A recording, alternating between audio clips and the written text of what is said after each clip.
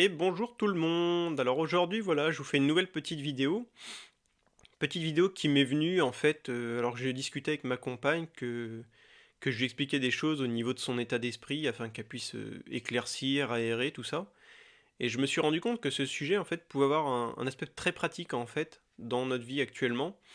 Et c'est une vidéo qui va faire suite à la vidéo, vous savez, que j'avais fait sur où j'ai parlé des sphères dans lesquelles on était plus ou moins prisonniers, qui en fait étaient des états d'esprit et que tout ça était maintenu par le désir de ne pas s'assumer, et que lorsqu'on avait envie de s'assumer, on pouvait commencer à se libérer en tout cas de ces sphères. Mais aujourd'hui, je peux rajouter des choses par rapport à ce sujet. Parce que comme j'avais dit la première fois, en fait, quand on veut s'assumer, il y avait comme une passerelle qui se crée. Mais ce qui était intéressant, c'est que cette passerelle, on n'avait pas l'obligation de l'apprendre pour s'en sortir. Et là aujourd'hui, j'ai vu d'autres informations qui en fait étaient évidentes depuis le début et auxquelles j'avais pas forcément pensé, malgré le fait que je les avais vues. Donc aujourd'hui, j'ai envie de partager la petite prise de conscience par rapport à ça. Et comme je disais juste avant, parce que cette fois, il y a un aspect pratique. Une nouvelle explication, si vous voulez, qui nous fait nous poser cette question. En fait, s'il y a une passerelle, pourquoi est-ce que je la prends pas pour sortir? Et vous allez voir que la réponse est très simple finalement. Si on ne prend pas cette passerelle pour sortir, c'est parce qu'on n'en a pas envie. Et pourquoi on n'en a pas envie? C'est là qu'on arrive aujourd'hui. Mais avant de revenir sur ce sujet, je vais vous expliquer un petit peu certaines choses pour que la compréhension soit plus facile en fait. Et donc voilà, pour revenir sur le sujet, il faut comprendre que notre âme, ce qu'on appelle, ce sont nos pensées et nos émotions. Ça, il me semble que je l'avais déjà abordé, mais comme je me souviens plus très bien tout ce que je raconte dans les vidéos, je sais plus, donc je préfère en reparler un petit peu rapidement. Donc voilà, nos pensées qui créent des émotions, toujours une pensée en premier, une émotion ensuite. Donc voilà, notre âme, c'est ça. Et cette âme est composée de pensées qui ne sont pas vraiment les nôtres à la base. Parce que comme dit, quand on arrive dans cette incarnation à vie unique, en fait, quand on arrive, c'est la première fois qu'on arrive. Mais on a besoin de quelque chose pour comprendre un petit peu ce monde dans lequel on évolue.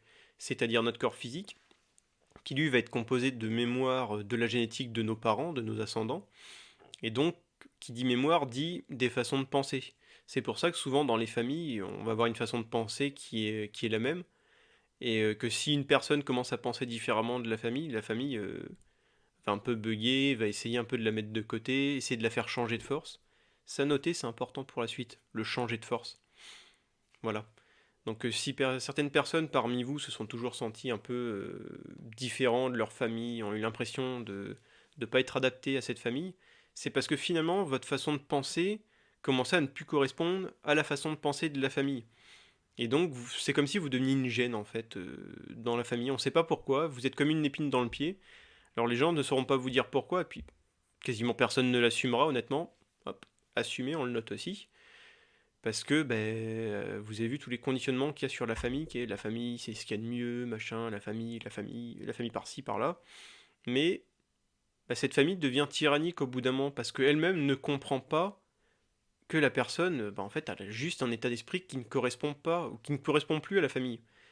Parce que pour comprendre ce sujet aussi, il faut comprendre que lors de l'adolescence, quand il se passe la fameuse crise d'adolescence, c'est parce qu'en fait, l'enfant, qui jusqu'ici n'existait pas vraiment, puisque ses pensées n'étaient pas les siennes, c'était celle du soi naturel au niveau de l'âme, celle de ses parents et de la génétique au niveau du corps physique, et arrivé à sa crise d'adolescence, il y a quelque chose en lui qui commence à vouloir exister. Ma foi, c'est assez légitime, je pense. Ça, c'est peut-être quelque chose qui pourra aider les parents à comprendre leurs enfants quand ils vivent ça. Mais l'enfant, en fait, au niveau de la crise d'adolescence, ce qu'il hurle au niveau de son âme, c'est laissez-moi vivre, j'ai envie d'exister par moi-même. Et malheureusement, dans presque tous les cas, en fait, la crise d'adolescence n'est pas aboutie parce que, une fois sorti de la crise d'adolescence, l'enfant s'est adapté à l'état d'esprit de la famille, des parents. Et du coup, il n'a pas réussi à naître vraiment. Ou alors, s'il a réussi, il reste en souffrance parce qu'il n'arrive pas forcément à l'exprimer. Donc, ça, c'est assez important pour la suite, vous allez voir. Parce que il manque juste cette information aux gens de comprendre que ils vont pas être en danger si l'enfant ou si la personne, ça on le mettra à une échelle plus générale après. Là pour l'instant on va rester sur le sujet de l'enfant et de l'adolescent. Parce qu'en fait ce que sent cette famille quand elle voit l'adolescent qui a envie de changer, c'est un danger. Parce que s'il arrive à changer, ça va leur dire, du coup moi ce que j'ai été, c'est pas bien. C'est comme si en fait ils avaient cette impression que ce qu'ils incarnent, ce qu'incarne cette famille, va disparaître si l'enfant ne perpétue pas cet état d'esprit. Et vous pouvez noter d'ailleurs que souvent dans les familles, les parents, surtout les pères, hein, ont envie de projeter leurs rêves sur leurs enfants. Ils projettent, ils veulent absolument que l'enfant réussisse ce que eux n'ont pas réussi. Comme si en fait à travers leur enfant, ils voulaient qu'il y ait un héritage qui survive. Et cet héritage qu'ils veulent voir survivre, c'est leur état d'esprit en fait. Vous voyez, là, ça change quand même pas mal de choses. Et bon, le sujet, là, en parlant, je me rends compte, c'est waouh, c'est un peu dégueu, quoi. C'est voilà de quoi on charge nos enfants, quoi. Si on veut, on exige que notre état d'esprit perdure à travers l'enfant. C'est comme si, en fait, si l'enfant changeait, l'état d'esprit familial allait mourir. Et personne ne se pose la question de savoir si cet état d'esprit familial, c'est de la merde ou si c'est quelque chose de bien, de constructif. Mais à partir du moment où on veut qu'il survive à tout prix, au point presque de bousiller un enfant en l'obligeant à suivre cet état d'esprit, je pense que ça en dit long sur l'état d'esprit qui doit plutôt mourir que de survivre, quoi. Donc voilà, ça déjà, c'est un premier point. Et vous allez voir qu'en fait, c'est la suite directe de ce qui arrive en fin de compte. Parce que le sujet que... Pardon, j'ai poussé le micro sans faire exprès. Le sujet que j'abordais avec ma chérie était justement ce sujet-là, de voir que finalement, tous en permanence, on est dans cette dualité de mon état d'esprit c'est le meilleur, ton état d'esprit est moins bien. Et ce que je voyais, c'est de ça qu'il faut sortir aujourd'hui en fin de compte, et que ça devient très important. Parce qu'il faut bien comprendre qu'il n'y a pas d'état d'esprit supérieur aux autres. Enfin, oui, par la suite, mais quand c'est des choses plus lumineuses, une fois qu'on est assez évolué, qu'on crée nos propres processus mentaux, en fin de compte, il existe effectivement des schémas plus lumineux que les autres, mais ça ne nous concerne pas pour le moment. Parce qu'on n'est pas encore à ce niveau-là. Parce que comme dit, on n'est pas sorti de la dualité. Et si on observe honnêtement sa vie, on pourra se rendre compte qu'on est toujours en train de comparer, non pas la taille de nos sexes, hein, parce que je vous vois venir tous, pour la petite touche d'humour, mais on est en train de comparer, en gros, la qualité de nos états d'esprit avec ceux des autres. C'est pour ça d'ailleurs, on va souvent s'occuper de regarder la vie des autres, ce genre de choses, de s'occuper des autres aussi. Il faut savoir que quand on fait ça, ben, on s'oublie soi, on sort de son propre royaume, et alors là c'est open bar à la connerie quoi. Donc en permanence, on est en train de comparer, on dit ah tiens son processus mental comme ça, ah non c'est pas terrible, le mien est mieux, le mien est mieux. Et toujours on fait cette comparaison à la con. Et là je pense que certains de vous commencent à voir où je voulais en venir, qui en fait est la clé du jour. C'est ça le truc qui fait que même quand on assume un état d'esprit, donc cette bulle, et qu'on n'en sort pas, et c'est parce qu'on continue à estimer que cet état d'esprit est bon en fait. On l'assume, on fait ouais d'accord, j'assume, c'est ça, machin, gna. Mais je continue à penser, c'est pas que c'est bon, c'est que c'est le meilleur en fait. J'ai déjà choisi le meilleur état d'esprit. Et ce qui est très intéressant, c'est que notamment depuis un an et demi, dans ma propre évolution personnelle, si vous voulez, j'en étais arrivé à ce constat. Je m'en souviens, c'était à peu près au moment de Noël l'année dernière. Je l'avais vu un soir comme ça. Je me suis dit, oh, mais c'est pour ça que j'arrive pas à me sortir de cet état d'esprit. Parce qu'en fait, c'est une loi presque, hein. C'est gravé en moi comme une évidence, c'est que cet état d'esprit est déjà le meilleur. Je peux pas en trouver d'autres mieux que ça en fait. Donc c'est pour ça que je le lâche pas. Parce que ben, je suis déjà au top à ce niveau-là en fin de compte. Et vous voyez, c'est même quand on voit que l'état d'esprit est pourri, eh ben, il y a quand même une gravure en nous, j'insiste bien sur le mot gravure, parce que c'est vraiment ce qu'il y a.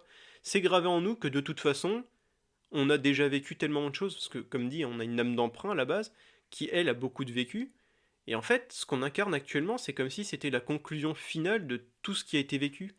Parce qu'on arrive aussi à la fin d'un cycle, hein, et ce qui a marqué, c'est, bah ça tu vois, je l'ai testé plusieurs fois, cet état d'esprit, donc je vois, il n'y a pas mieux.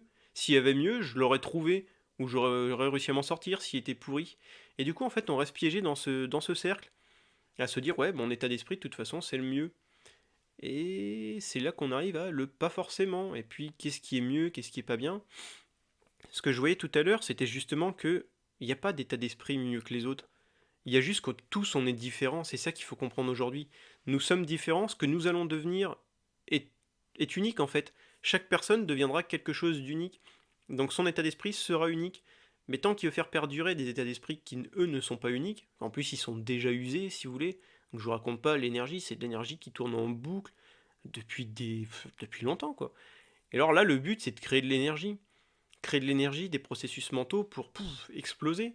Donc comment voulez-vous créer une nouvelle énergie qui va vous rendre plus libre, plus heureux, alors qu'en fait on tourne déjà en vase clos avec une énergie qui est déjà viciée en fait.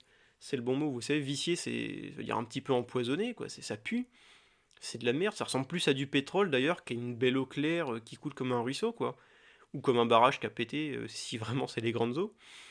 Mais Voilà, la question, c'est comment vous voulez avoir une vie plus riche, plus épanouie à tous les niveaux, tant que vous tournez avec une énergie qui tourne en boucle, en fait. Oui, c'est comme ouais, du sang vicié qu'il faudrait évacuer parce qu'il a été empoisonné à la longue, et que là, il devient urgent d'aérer un petit peu, quoi. Faut qu'il y ait de l'oxygène qui circule, et non plus que du dioxyde de carbone, quoi.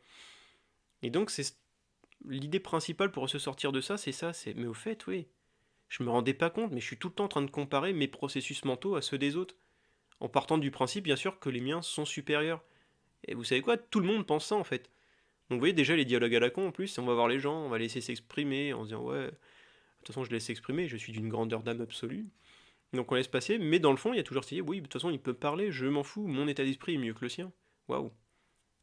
Et là on voit la pauvreté du truc, la tristesse du truc aussi, qu'est-ce que vous voulez faire avec ça?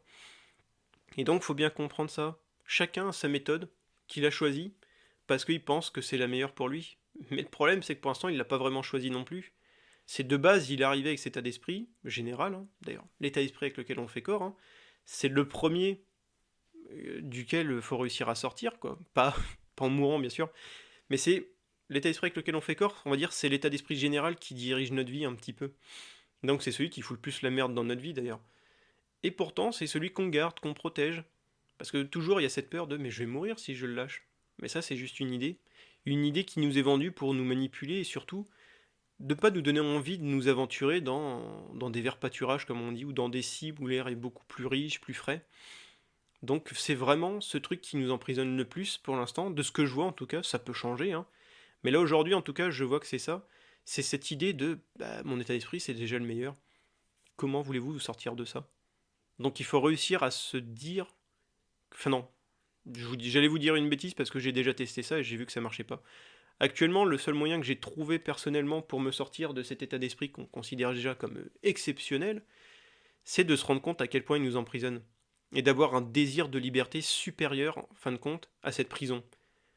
Et bah, si vous trouvez mieux, n'hésitez pas à partager, mais pour l'instant, moi les seules fois où j'ai pu me sortir de ces états d'esprit, parce que forcément j'en ai plusieurs, c'était ça, cette volonté d'être libre, de respirer à grands poumons, quoi, à grand air.